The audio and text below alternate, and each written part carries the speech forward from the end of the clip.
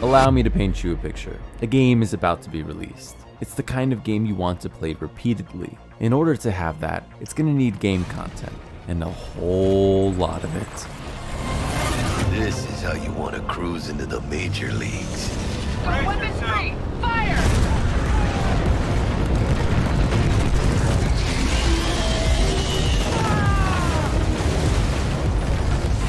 Keep moving!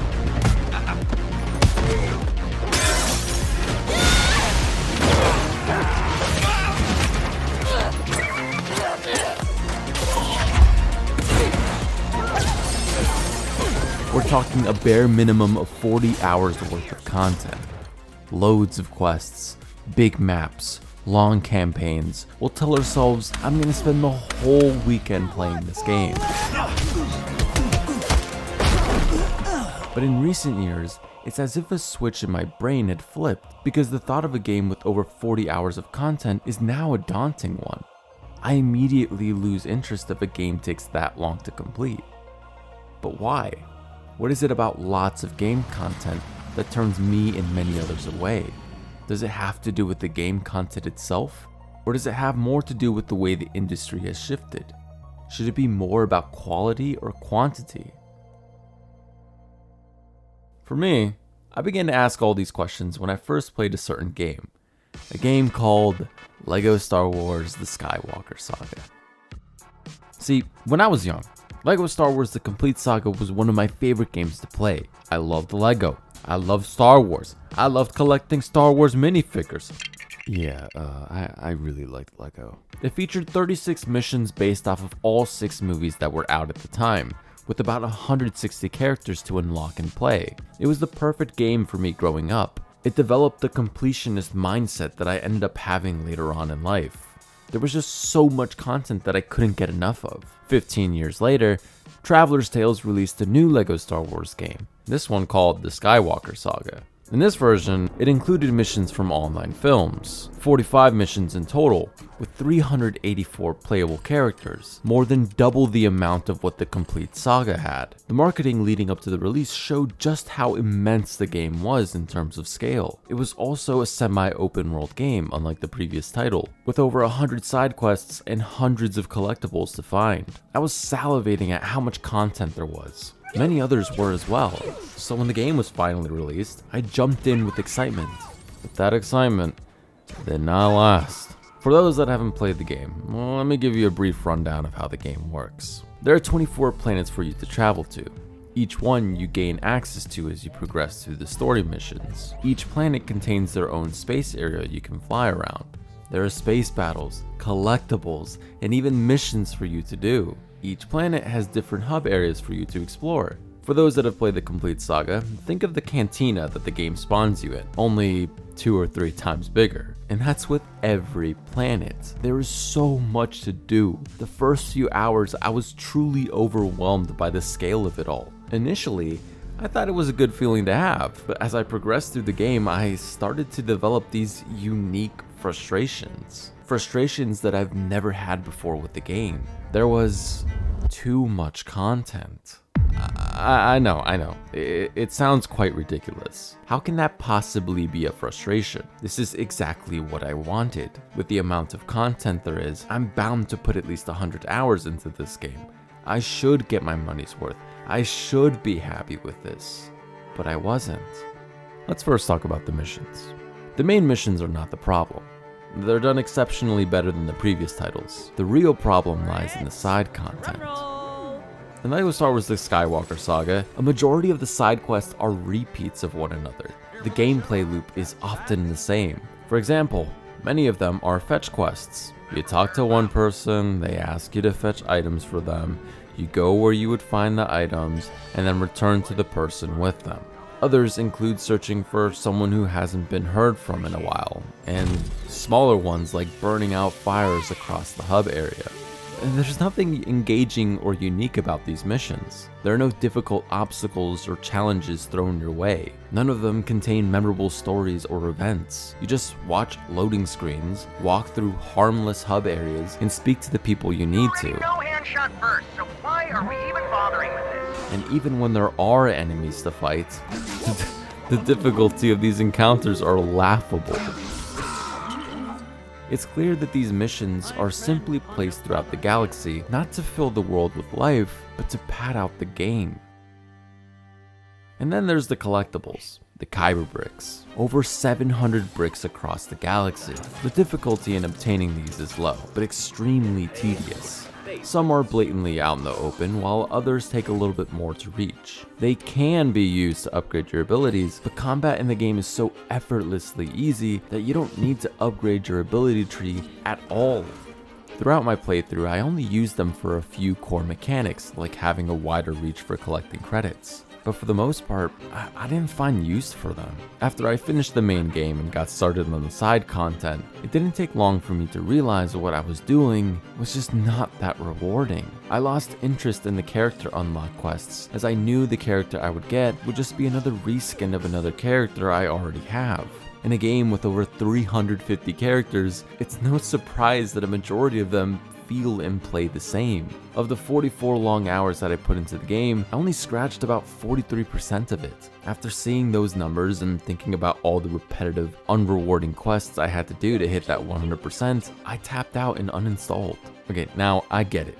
You don't have to 100% every game. And my problem isn't why can't I 100% this game. My issue is why don't I want to do this side content? The side content is completely optional. You might say, just play the main story then. But only playing the main story and avoiding the side content in an open world game defeats the purpose of playing one in a way. I want to experience both, but I also don't want to feel like I'm wasting my time doing one or the other. The side content becomes another problem when it gets infused with the main story. The result is a grindy single player that requires you to complete bland, irrelevant quests in order to progress through the story. Take most open world titles from Ubisoft. Besides the fact that most of them feel like rinse and repeat titles with different skins, with Assassin's Creed Odyssey, side quests take on a major role in terms of progressing through the main story. The main story missions have level recommendations to them. If you're not at the recommended level, you're gonna have a frustrating time trying to complete them, as the enemies you face in these missions will significantly overpower you. The main story missions don't give out as much XP, so the best way to get XP is by completing side quests. Oh, look, you're back. Are you going to do his dirty work or not? Yeah, sure. Yeah. Or you can just pay for XP boosters that allow you to progress through the game faster, which I can't believe is even an option. I get that these microtransactions are optional and that you can get through the game without the boosters, but for a company to offer this in their game, it says a lot about the grindy nature within it. There are a few decent side quests to do, don't get me wrong, but most of them are the generic fetch quests like in LEGO Star Wars. Many of these open world games are marketed in a way that feels like they're trying to one-up their competition, bragging about how many planets you can explore, the amount of side quests you can do. It's a clear quantity over quality approach. Hey, look, I'm not trying to jump on the Todd Howard hate train, but when I heard him say that there would be 1,000 planets to explore, my immediate thought was, but why? You may be wondering, just how big is this game? You can land in New Atlantis, but you can also land and explore anywhere on the planet. And it's not just this planet, it's all the planets in the system. And not just this system, but over 100 systems. Over 1,000 planets, all open for you to explore. I knew a majority of the planets would be barren and void of life, and sure enough, that was the case. I get it's to simulate a real space universe, but it's unnecessary. Scale the focus down to a few planets in a solar system and flesh those out more instead. Outer Wilds is a space exploration game, yet it only features a handful of explorable planets, each drenched with care and purpose. It's not about how big the map or world is, it's about the density of it. Are there quests worth doing? Is the scale actually being used, or is it there to just be there? Cyberpunk 2077 is a mixed bag when it comes to this. Night City itself is filled with things to do, but a good amount of the events you encounter lack in variation. A lot of the fixers that supply you with side gigs consist of the same gameplay loops, like going to a location, wiping out enemies at said location, retrieve the item, and drop it in a box. They lack distinguishable aspects like a compelling story or unique enemy encounters, and often give rewards that just aren't satisfying. There are also these cyber psycho missions that are rather hit or miss for people. A woman will ask you to go to 13 cyber psycho sightings, each of which consists of a boss for you to fight. You only learn about the boss you're fighting till after you beat them. Some contain compelling backstories, but I feel like the fights would have been more memorable and effective if there was actual build-up to them. At least there was an attempt to flesh out these missions though. The actual side quests, on the other hand, are different and significantly more enjoyable. Why? Because they contain the kinds of stories and moments that we remember and tell our friends about. Really believe you're like Jesus. I believe we should all follow his example.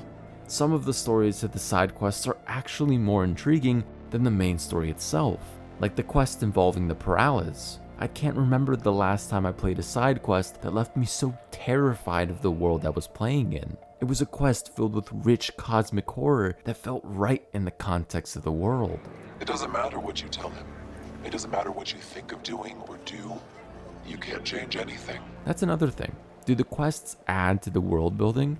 Does it deepen the lore of the game? That's only the city though. About 60% of the map is just vast lands that have nothing for you to do aside from a handful of quests, mostly from your fixers. The southern Badlands area in particular was a part of the map I only remembered visiting twice, once because of a racing mission and the other because I had to tune into a radio frequency. Besides those few instances, in my 80-hour playthrough, I never found a reason to go there. The same could be said for the rest of the desert area surrounding the city.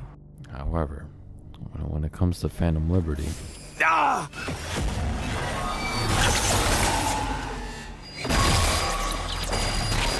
every aspect of this expansion is created with passion and detail. The main story is fantastic. Dogtown, the area that opens up in the expansion, is quite small, yet the density of it is bigger than the entire desert area in the game. The side quests all contain memorable stories and events and feature some tough moral dilemmas you have to face. The streets of Dogtown feel more alive than many parts of Night City. Does the expansion add a lot of content? Maybe not for some people, but it excels in adding superb content thanks to the quality over quantity approach. That's how it should be in my opinion. I would rather have less, more memorable content in a game than the contrary. And I'm not alone in this sentiment. I did a poll with my subscribers asking if they would rather buy a shorter game with engaging content versus a longer game with average content.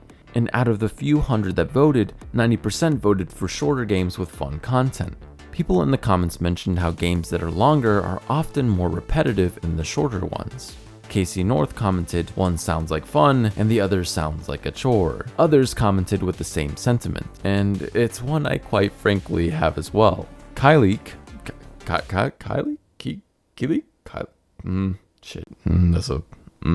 a word. Yeah, I'm sorry, man. I'm sorry, man. I try. Kylie left a detailed comment that essentially shares the same issues I have. Nailing the missions in an RPG is key. Variety in the missions brings new game loops, which usually equals longer engagement from the player. He also brings up an interesting concept of the dollar to hour of gameplay ratio. It's an idea of a game's worth that many other people share as well. Essentially, if a game were to cost $60, the player should expect 60 hours of gameplay out of it. He also mentions how Elden Ring, a $60 game, provided him around 200 hours of gameplay. While I may not agree entirely on this sentiment, I can fully understand it.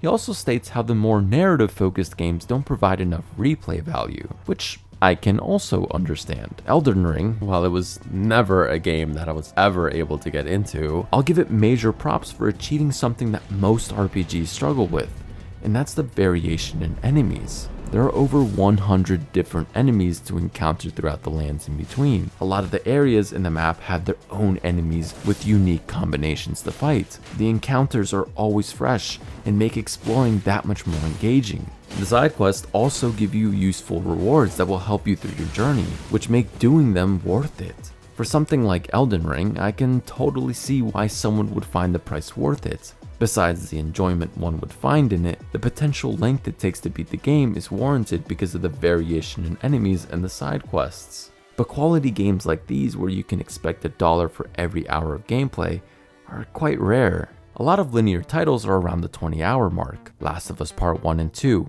God of War, Dead Space, Uncharted, the Resident Evil games. All of these games contain a level of quality that makes you forget that you paid the full $60 or $70 for it. Unless you hated it. There were even games that were shorter than the 10 hours price at that amount, like Spec Ops: The Line. You're the one who's fine, just sitting back, waiting for things to unfuck themselves. You think I like watching these people die, huh? You think I won't carry this shit to my fucking grave? And Shadow of Colossus. Was the length mentioned in the discussions for these games? Most definitely, but these criticisms were completely overshadowed by what the games did right.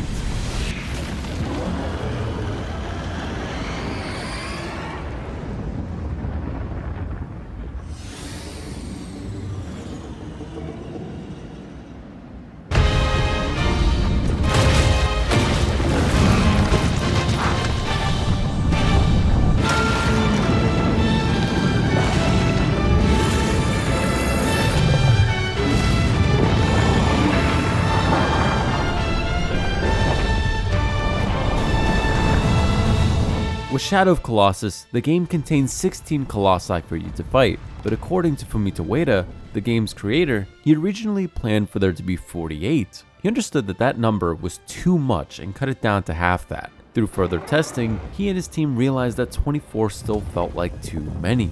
The number of colossi was ultimately cut down to 16. Some were cut due to technical reasons, while others were taken out due to how redundant they felt. For anyone who has played it, imagine if the game had all 48 colossi to fight. Personally, the game is perfectly paced at 16, and anything more would be dragging.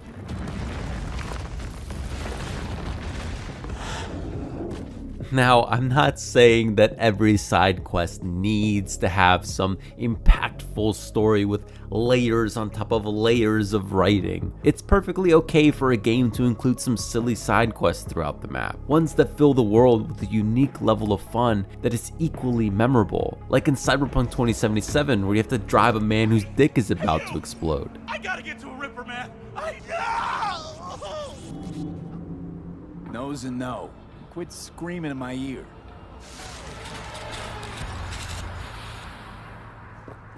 Or pretty much every piece of side content in Yakuza 0, like the one where you race in a pocket circuit.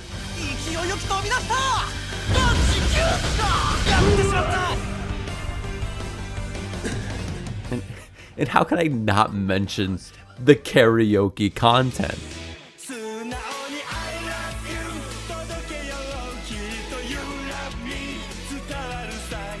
Hey, so what is the game about? Oh, it's a very serious story about a bunch of Yakuza factions fighting over land. So what does karaoke have to do with that? A game should focus on quality rather than quantity. If a game is going for length, it needs to earn it. Incorporate fresh game loops within the quests, and give the players rewards that are worth working towards. Give the side quest memorable stories rather than a simple, hey, can you pick this up for me? Bloating up a game with rinse and repeat missions should be frowned upon. Just because they add to the hours spent on the game, that shouldn't equate to value.